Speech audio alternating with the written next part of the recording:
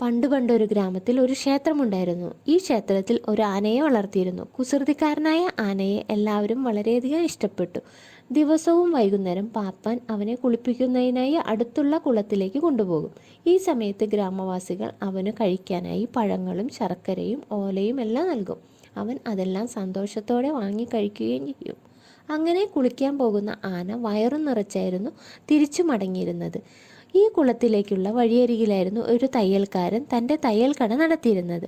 അയാൾക്ക് ആനയെ വളരെ ഇഷ്ടമായിരുന്നു. ദിവസവും ആന കുളിച്ചു കഴിഞ്ഞ് മടങ്ങുമ്പോൾ അയാൾ പഴങ്ങൾ നൽകുക പതിവായിരുന്നു.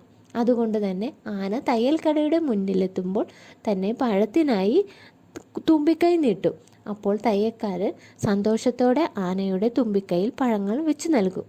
അവൻ പഴങ്ങൾ കഴിച്ചതിന് ശേഷം തൻ്റെ തുമ്പിക്കൈ ഇളക്കി അയാൾക്ക് നന്ദിയും പറഞ്ഞ് അവിടെ നിന്ന് മടങ്ങും. അങ്ങനെ ദിവസങ്ങൾ കടന്നുപോയി. ഒരു